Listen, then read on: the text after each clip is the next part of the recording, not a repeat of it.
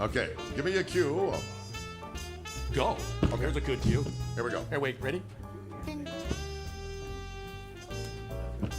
This is Kron Burgundy's Cannabis News with Emmy Award winner Kron Burgundy, real fake newsman.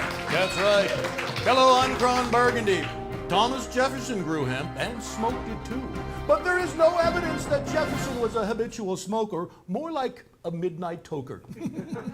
To quote someone, he said, "Some of my finest hours have been spent on my back veranda, smoking hemp and observing as far as my bloodshot eyes could see."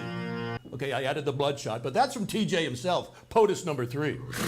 And POTUS number 1, George W., well, he grew a shitload of pot too, and noted in his diary the separated boys and girls of his hemp farm. He would do that, split them apart. He wrote, "Begin to separate the male from the female hemp sooner rather than late, because the male hemp is just weird. It gets all creepy and has huge stalks and does this a lot."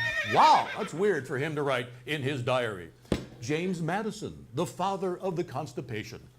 Wait a minute. The father of the Constitution claimed that hemp gave him the insight to create a new democratic nation. Franklin Pierce, Pierce man, Big Frank, in a letter to his family wrote that marijuana smoking was about the only good thing about the war. That's the way he spoke too. I knew him. JFK, here's another great one. He used marijuana to deal with back pain. JFK was given 6 joints. He smoked 3 of the 6, felt no effects. Then he closed his eyes, refused the 4th joint, and said, suppose Russians did something now. All right, it was kind of shitty, but it was close enough. Bill Clinton famously said, "I experimented with marijuana a time or 2, and I didn't like it. I didn't inhale, and I never tried it again, and I Monica Lewinsky." Wow! That's a direct quote. There we go. Ooh, nice cigar. And Bobo, Barack Obama once said, "When I was a kid, I inhaled frequently. That was the point. Drop mic." That's what he said about cannabis. That's Cannabis News. I'm Kron Burgundy.